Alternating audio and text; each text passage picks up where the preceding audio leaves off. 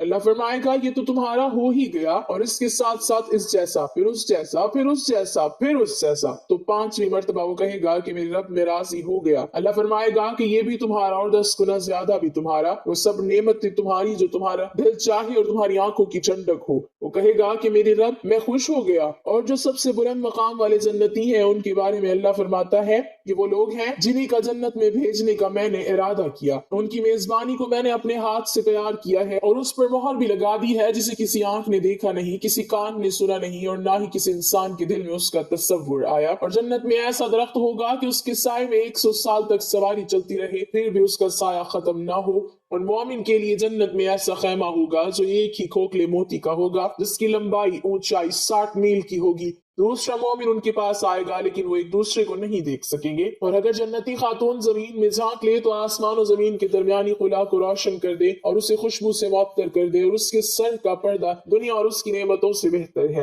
اور جنت میں کوئی کنوارا نہیں ہوگا۔ اور اللہ عز و جل جنتیوں سے فرمائے گا اے جنتیوں، وہ کہیں گے اے ہمارے رب ہم حاضر ہیں اور تیری عطا کردہ سعادتوں سے بہرور ہیں اور ہر بھلائی تیرے ہاتھ میں ہے۔ وہ فرمائے گا کہ تم سب خوش ہو؟ وہ کہیں گے ہمارے پیارے رب ہم خوش کیوں نہ ہو، حالانکہ آپ نے تو ہمیں اتنی نعمتیں عطا کی ہیں جو کسی کو عطا نہیں کی۔ وہ فرمائے گا کہ کیا میں اس سے بھی افضل چیز آپ لوگوں کو نہ دوں؟ تو کہیں گے کہ اس سے بڑھ کر کیا چیز ہو سکتی ہے؟ وہ فرمائے گا کہ میں اپنی رضا آپ لوگوں کے لیے جاری کر رہا ہوں اور آج کے بعد کبھی آپ لوگوں سے ناراض نہ ہوں گا۔ کتنی ہی عظیم نعمتیں ہیں اور کتنا ہی بہترین اکرام ہے، اور سب سے عظیم انعام اور سب سے بڑی نعمت اللہ تعالیٰ کے چہرے کو دیکھنا ہے جس کے سامنے تمام نعمتیں چھوٹی ہوں گی۔ بخاری اور مسلم کی حدیث ہے، جزیر بن عبداللہ رضی اللہ تعالیٰ عنہ فرماتے ہیں کہ ہم اللہ کے رسول صلی اللہ علیہ وسلم کے پاس تھے تو انہوں نے 14ویں رات کے چاند کی طرف دیکھا اور فرمایا آپ سب جس طرح اس چاند کو دیکھ رہے ہیں اور اسے دیکھنے میں سب کو اکٹھا ہونے کی بھی ضرورت نہیں، اسی طرح اپنے رب کو اپنی آنکھوں سے دیکھیں گے۔ اور جنت عدن میں اللہ اور جنتیوں کے درمیان صرف کبریائی کی چادر حائل ہے جو اس کے چہرے پر ہے، اور پکارنے والا پکارے گا اے اہل جنت، بے شک اللہ کے پاس تمہارے لیے ایک عمدہ ہے جسے وہ پورا کرنا چاہتا ہے۔ تو وہ کہیں گے کہ اللہ تبارک و تعالیٰ نے ہمارے نیکیوں والے میزان کو بھی بھاری کر دیا،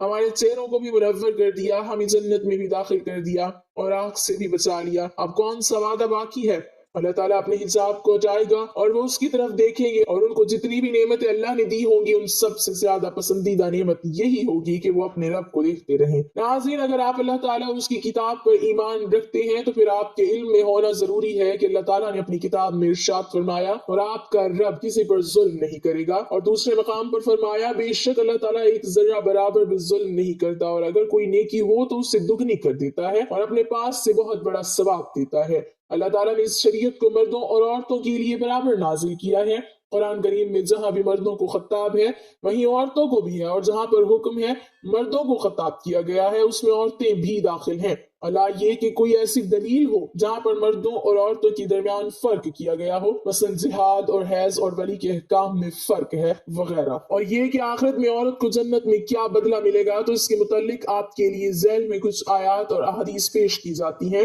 ام سلمہ رضی اللہ تعالی عنہ نے نبی صلی اللہ علیہ وسلم کو کہا اے اللہ کے رسول صلی اللہ علیہ وسلم، میں نے ہجرت کے معاملے میں اللہ تعالیٰ کو عورتوں کا ذکر کرتے ہوئے نہیں سنا، تو اللہ تعالیٰ نے یہ آیت نازل فرمائی تو ان کے رب نے ان کی دعا قبول فرما لی کہ بے شک میں تم میں سے کسی کام کرنے والے کے کام کو خواہ وہ مرد ہو یا عورت ہرگز ضائع نہیں کرتا، تم آپس میں ایک دوسرے کے ہم جنس ہو۔ تو وہ لوگ جنہوں نے ہجرت کی اور اپنے گھروں سے نکال دیے گئے اور جنہیں میری راہ میں ایذا اور تکلیف دی گئی اور جنہوں نے جہاد کیا اور شہید کر دیے گئے، میں ضرور اور لازم ان کی برائیاں ان سے معاف کر دوں گا، اور یقیناً انہیں ان جنتوں میں داخل کروں گا جن کے نیچے سے نہریں جاری ہیں۔ یہ اللہ تعالیٰ کی طرف سے ثواب اور اجر ہے اور اللہ تعالیٰ کے پاس ہی بہترین ثواب ہے۔ اللہ اس آیت کی تفسیر میں فرماتے ہیں اللہ تعالیٰ کا فرمان ہے ان کے رب نے ان کی دعا قبول فرما لی، یعنی ان کے رب نے قبول فرما لیا، اور اللہ تعالیٰ کا یہ فرمان بے شک میں تم میں سے کسی کام کرنے والے کے کام کو خواہ وہ مرد ہو یا عورت ہرگز ضائع نہیں کرتا۔ تو یہ اس قبولیت کی تفسیر ہے، یعنی اللہ تعالیٰ نے انہیں خبر دیتے ہوئے یہ کہا کہ وہ تم میں سے کسی کے عمل کو ضائع نہیں کرے گا، بلکہ ہر عمل کرنے والے کو چاہے وہ مرد ہو یا عورت اسے انصاف کے ساتھ پورا بدلہ دے گا۔ اور اللہ تعالیٰ کا یہ قول تم آپس میں ایک دوسرے کے ہم جنس ہو، یعنی تم ثواب میں برابر ہو۔ اور اللہ تعالیٰ کا فرمان، جو مرد اور عورت بھی ایمان کی حالت میں نیک اعمال کرے تو یہی لوگ جنت میں جائیں گے اور ان پر کھجور کی گٹھلی کے سوراخ کے برابر بھی ان پر ظلم نہیں ہوگا۔ ابن کثیر رحمۃ اللہ علیہ نے اس آیت کی تفسیر میں فرمایا ہے، اس آیت میں اللہ تعالیٰ کا اپنے بندوں، چاہے وہ مرد ہو یا عورت، ان کے اعمال کو قبول کرنے میں اللہ کا احسان اور اس کا کرم اور اس کی رحمت کا بیان ہے، لیکن اس میں شرط یہ ہے کہ بندے مومن ہوں اور انہیں اللہ تعالیٰ یقیناً جنت میں داخل کرے گا اور ان کی نیکیوں کے بارے میں کسی ایک پر نکیر کے برابر بھی ظلم نہیں ہوگا۔ اور نکیر کھجور کی گٹھلی کے سوراخ کو کہتے ہیں، اور فرمان ربانی ہے، جو بھی اعمال صالحہ کرے اگرچہ وہ مرد ہو یا عورت لیکن مومن ہو تو ہم اسے یقیناً نہایت بہتر زندگی عطا فرمائیں گے اور ان کے نیک اعمال کا بہتر بدلہ بھی انہیں ضرور اور یقینی طور پر دیں گے۔ ابن کثیر رحمۃ اللہ علیہ اس آیت کی تفسیر میں فرماتے ہیں، اللہ تعالیٰ کی طرف سے اس شخص کے لیے یہ وعدہ ہے جو نیک اعمال کرے اور وہ عمل کتاب اللہ اور نبی صلی اللہ علیہ وسلم کی سنت کے مطابق ہونے ضروری ہے، اگرچہ یہ عمل مرد یا پھر عورت کی ہو، اور اس کے دل میں اللہ اور اس کے رسول پر ایمان ہونا ضروری ہے،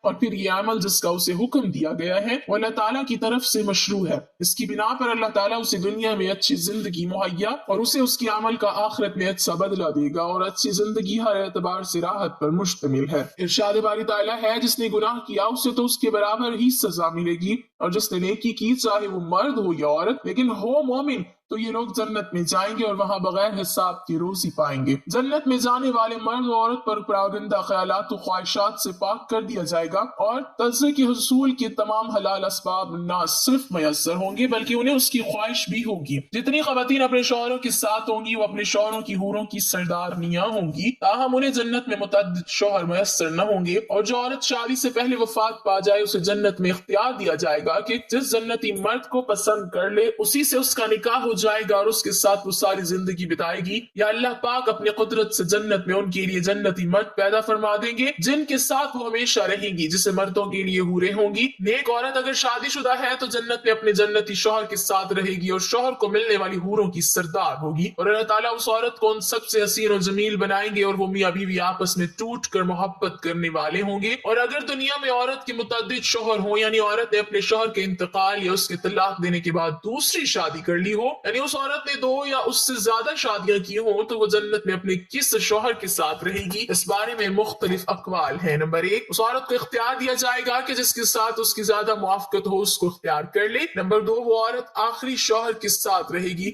حضرت ابو درداء رضی اللہ تعالیٰ عنہ سے مروی ہے کہ آپ صلی اللہ علیہ وسلم نے فرمایا، عورت کو اس کا آخری شوہر ملے گا۔ نمبر 3، عورت اس شوہر کے ساتھ رہے گی جس نے دنیا میں اس کے ساتھ اچھے اخلاق کا برتاؤ کیا ہو، اور وہ شوہر جس نے عورت پر ظلم کیا ہوگا، اس کو تنگ کیا ہوگا، وہ اس عورت سے محروم رہے گا۔ حضرت ام سلمہ رضی اللہ تعالیٰ عنہ کی ایک روایت میں ہے کہ انہوں نے آپ صلی اللہ علیہ وسلم سے پوچھا کہ کسی کے 2 شوہر ہوں تو وہ جنت میں کس کے ساتھ رہے گی؟ آپ صلی اللہ علیہ وسلم نے فرمایا، اسے اختیار دیا جائے گا، بس وہ اس شوہر کو اختیار کرے گی جس نے دنیا میں اس کے ساتھ اچھے اخلاق کا برتاؤ کیا ہو، اور وہی اس کا جنت میں شوہر ہوگا۔ اے ام سلمہ، اچھے اخلاق والے دنیا اور آخرت کی بھلائی لے گئے۔ نمبر 4، بعض حضرات نے یوں تبتیق کی ہے کہ اگر سب شوہر اس نے خلق میں برابر ہوں تو آخری شوہر کو ملے گی، ورنہ اسے اختیار دیا جائے گا۔ اور اگر عورت کنواری ہو، یعنی اس کا شادی سے پہلے ہی انتقال ہو، یا شادی شدہ تو ہو لیکن اس کا شوہر جنتی نہ ہو، تو جنت میں جس مرد کو بھی وہ پسند کرے گی اس کے ساتھ اس کا نکاح ہو جائے گا۔ اور اگر موجودہ لوگوں میں کسی کو بھی پسند نہ کرے تو اللہ تعالیٰ اس کے لیے ایک مرد جنت میں پیدا فرمائیں گے جو اس کے ساتھ نکاح کرے گا۔ اللہ تعالیٰ ہمیں دین کی مکمل سمجھ نصیب فرمائے اور ہمارا خاتمہ ایمان پر فرمائے،